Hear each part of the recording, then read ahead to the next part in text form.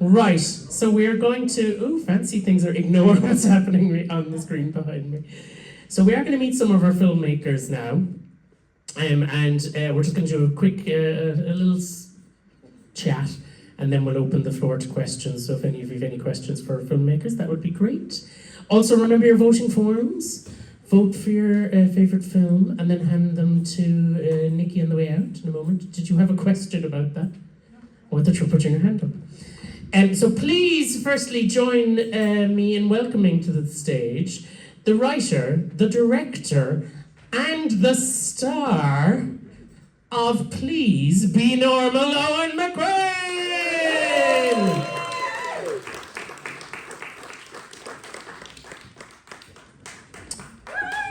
Hey, keep it going. Thank you. Take a seat in one of those. And then please join me in welcoming to the stage the director of Derek and Orla Do, Anthony J. Cook.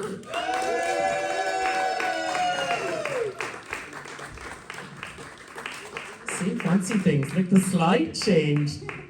Fancy. Yay, welcome to the stage. Eoghan, we'll start with you. Tell us a little bit about the journey of Please Be Normal. Where did it start? Where did the concept come from? Yeah. Oh, is it on? Hello? There you go. Okay, yes.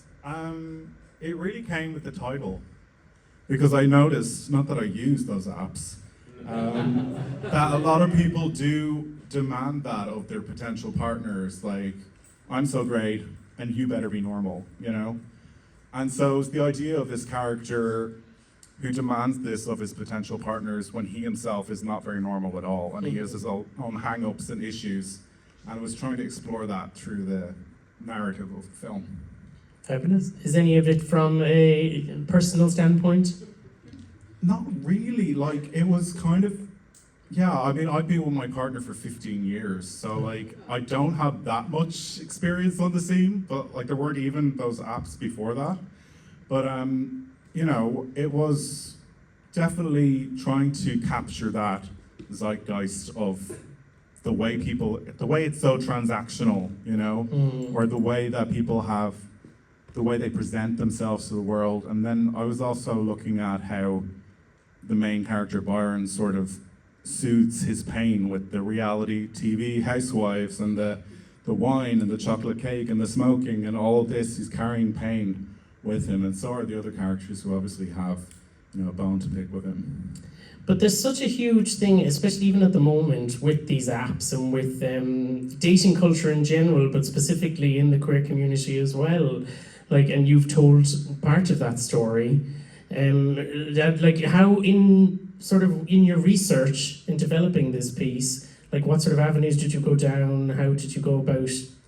Yeah, it was really just, you know, being aware of that and having friends who've had negative experiences and dealt with toxicity or toxic behavior, you know, where people will ghost someone very quickly or just be really mean, you know, and I just find it so unnecessary, you know, like, I know lots of lovely gay people as well, but a lot of them can be quite harsh, you know, so I was trying to explore that at the same time as the emotional wreckage of a relationship and trying to kind of convey that within 15 minutes. And I had two fantastic actors, Fedya Zahirovic and Gabriel Scapini, and they were both so helpful and amazing to play opposite, you know. They brought so much to their roles, and I had a great crew as well. It was a small but agile cast and crew. Yeah. So speaking of your cast and crew, tell us a little bit about the journey. So you start with a script, obviously, that you yourself sat down and wrote. What's the next step? How do you actually go from script to screen? Yeah, I mean, a lot of it was casting. So I just went onto Filmmakers Network Ireland, which is a Facebook group, and I put out a casting call. And, you know, it was a matter of finding people who were really into it and who really believed in the idea and got fired up by it, and, you know, were willing to make that commitment to the project. There's a lot of talent out there, and it is hard to whittle it down to who's going to be in it. And then once that happened, It was a matter of, getting the money together. It was an independent production. So, I was really using my own savings. But I managed to get Hannah Bloom, who was the cinematographer. She's really experienced. She's a queer cinematographer, and she believed in the story as well. So assembling that team was so important. It was just a matter of scheduling, and getting a couple of days. It was done in 2.5 days when everyone was free. So, but it was, really exciting within that shooting period. And tell us a little bit about the festival journey, because you've been to, or the film has been to quite a few festivals, hasn't it? Yeah, last summer it was in the North Carolina Out South Queer Film Festival. We were in Waterford at Queer Vision, Pride of Daisy, and also Kashish Mumbai Queer Film Festival, and now this one. It's been really great. We also had our own cast and crew screening in the Irish Film Institute back in August, and that was really fun. I just invited friends, as family, as well as the cast and crew, and yeah, it was just great to get that audience reaction. And it was the same tonight. I was like buzzing because people were like giggling or reacting to the twists. Yeah, what has been the reaction actually to it? Because you've only seen it twice, so with an audience. It's like, people, that moment where you realize, oh, the barista is his boyfriend. That's kind of, and the rewind and the fast forward and the, and then like the bedroom situation with the whips and, all of that gets a bit of a reaction because I guess it's kind of surprising, people don't know what they're getting into. How have you found, because making sort of a queer Irish short, how have you found like platforms to actually show that and to promote that? Because there isn't a lot there. Yeah, I mean, there are limited options, and the ones that are there, sometimes, they have very competitive submission process. So like, you're not always gonna get all of them, but even after the festival life, you can have an online reaction. My previous film, Staccato, that was made quite a few years ago now. It was a period drama, and that was featured on gaytimes.co.uk, and that really shot the views up. So it's now got 5 million views on YouTube. So it's kind of like, wow, it reached an audience, definitely. So what was it called? Staccato. There you go now, people. Google it afterwards. I'm just going to jump over to you, Tony. Now, obviously, I know Tony very well. And all these questions I already know the answer to, but there's an audience here. So, Tony, you're the director of Derek and Orla Do. I am. And so tell us a little bit about the journey with Derek and Orla Do and where we are now.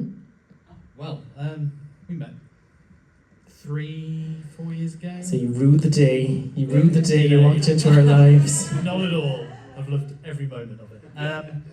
Well, we met John the Unicorn in Peckham, and I was doing We did. a quiz that you and Orla were doing, and I would say we had an instant connection and got on like a house on fire. You had a project. I was interested in it. I'm a big supporter of the LGBTQ plus community, and your passion for the project and Steve's idea sold it to me. So you've done a lot of short films before, yeah. But this is a series. So what's sort of the difference between working on a short film and working on something like this where it's episodic? Well, I think Steve, who wrote it, had a kind of very definitive idea of like there was every episode or short film was its own thing, but it had a through line. So you can watch one in isolation and still have fun, but watching them all in one go, you probably find it a slightly more rewarding journey, I would say. So, And to tell the people how many episodes there are. there are 8, of which you've only seen 2. But it definitely has a beginning, middle, and end. So, but you can watch them in isolation as well. True. Now, you have a very interesting day job as well that I do want to touch on because I would be negligent if I did not. You are a news director at the BBC. I am. Correct. So yeah, this morning I was directing news. You might have heard of it. You know, we're getting our millionth Prime Minister in the UK in like 20 seconds. You can vote for him on your voting form. Yeah, so I'm a television director for BBC News. So tell us a little bit about that. Like, I mean, there's obviously a massive difference between directing for the news and directing narratives. Overlap. So I would say there are you have to manage time, resources, and people. You have a vision that you want to get either recorded or on air. So I would say there's a certain degree of overlap. News is very immediate. Filmmaking can be very immediate when you're shooting. So there are differences. Try directing a drag queen. I mean, I love directing. At the back of the room. What do you do? So obviously there's the festival circuit with you, and this is actually to both of you. So there's the festival circuit, and you touched on it a bit, Eoghan. But like once you've done the festival circuit, there's only certain amount that you can do. You sort of tend to do a year or two. Like, what do you do with it then? What happens with the content afterwards? Oh, it sounds like yours has had a life online. Well, I'm really pleased that Staccato has reached that kind of an audience, but like, there's no guarantee. Please Be Normal it probably will go public in the next few weeks, but it does rely on those news outlets, or those big platforms promoting it. And sometimes I'll find that like a queer film night for example, in Cambridge, last year, asked if they could screen Staccato. Also, like streaming companies in East Asia even have approached me. So it's funny, even years later that will happen. But it is so nebulous, you're not really sure what the life will be. It is a portfolio piece, I suppose, as a director and an actor. That's what I wanted to do, something new, But actually you just mentioned it there. I will come back to your answer from you, but just out of interest, because you wrote, directed, and starred in this, right? So like that is a lot of pressure and a lot of work. It's a little bit narcissistic, but... They say make your own work, make your own work. Well, I really enjoyed the buzz of that, but like it would have been interesting if there had been another director to come in and then I could have just focused on the performance. But what the hell, like it was just a short film, so it's not like, 2 months of doing that. Like it was 2 days, so I could handle it, So I'm going to jump back a question now and let you answer the first question. So about a life after festival circuits. Yeah, I think, well, if you can get a distributor, that's great. After the festival circuit, then I think it's trying to get an online presence for it and get as many eyeballs on it as possible.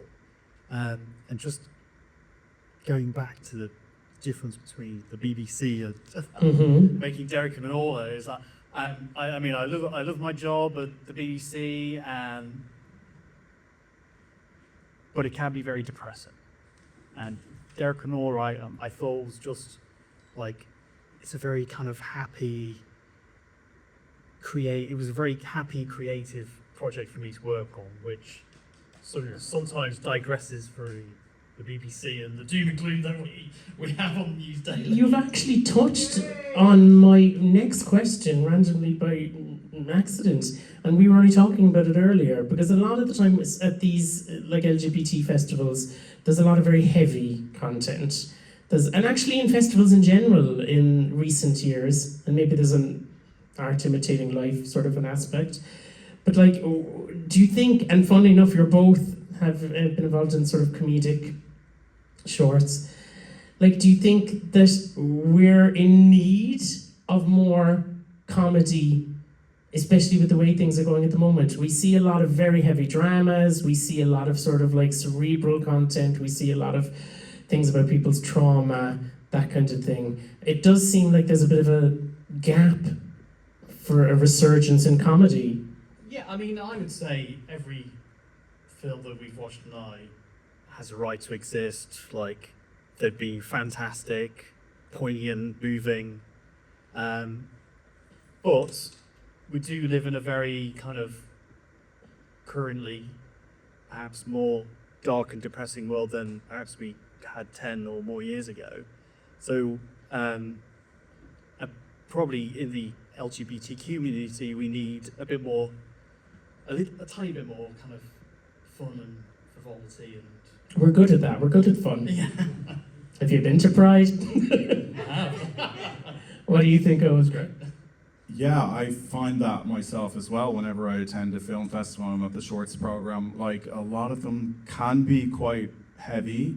And I think it's important to remember as a filmmaker who's just trying to get to grips with their craft, like, to put levity even in the drama, even in a dark drama, you need a little bit of humor, because that's true to life, you know? If there's no humor, it seems false. So it's good to remember that, and definitely everyone's kind of shoulders relaxed when it's like, oh, we can laugh at this one. But they're hard to do. It's hard to be funny, you know, especially in the film medium with timing and everything, and so many things have to go right for it to really land. I'm going to open the floor to questions with you guys, if anyone has a question. The first one's always the hardest. Yes, Paul, thank you. Owen, one of you, both of you really. What's next on the agenda? What are you going to do next? Or what are you already, because it takes so long, what's already in progress?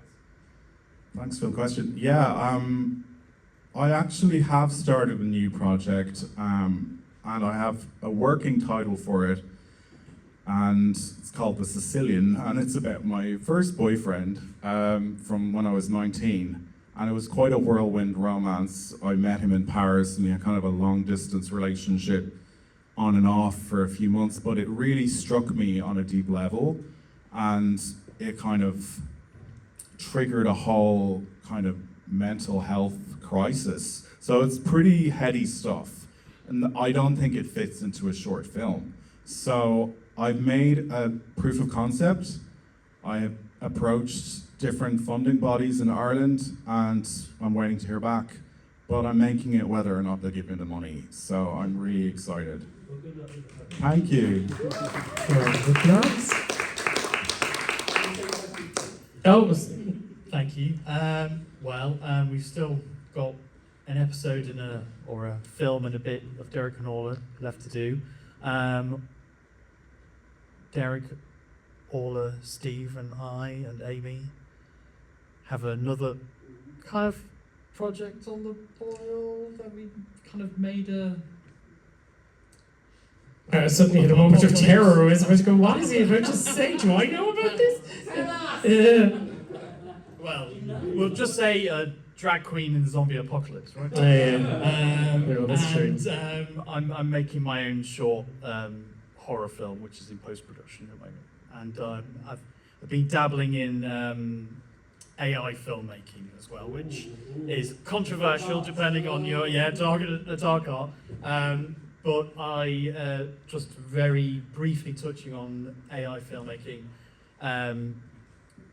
We make any content, whether it be short films, film, any art, music, for people. AI should merely be a tool to allow people to make or tell stories that perhaps they could otherwise couldn't. I mean, I feel like we could go down a very long path talking about AI. There was a few more questions. I saw arms up. Yes, Bernard. First of all, congratulations and thank you for and Tony. Thank you. I mean, this is a privilege, and for me, as an outsider, and you're not millionaires, obviously. So He works for the BBC. Peanuts, mate. it's so unique and wonderful to experience people doing what you're doing without the money being center. Our food, and it was necessary. But, that is not your motivation. What is your passion? What drives you? Why are you doing what you do? Sorry, you've got a good job. I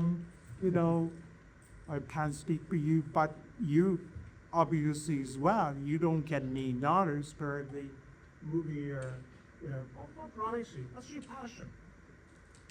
Well, I'm just a fan of cinema, and I live, breathe, sleep, repeat, whatever, cinema since I'm really young. So it's not like there's, nothing more important really than being the audience and the spectator. Without an audience or a viewer to watch the film, there's not really any point.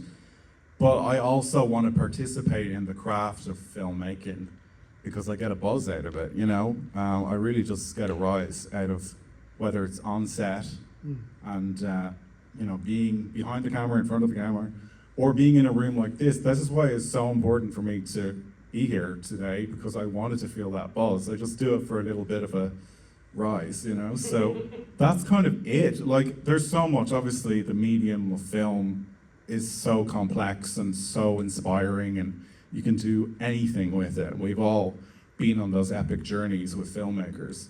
So, I want to take epic journeys, and as you say, don't have a huge budget, but, you work with what you've got.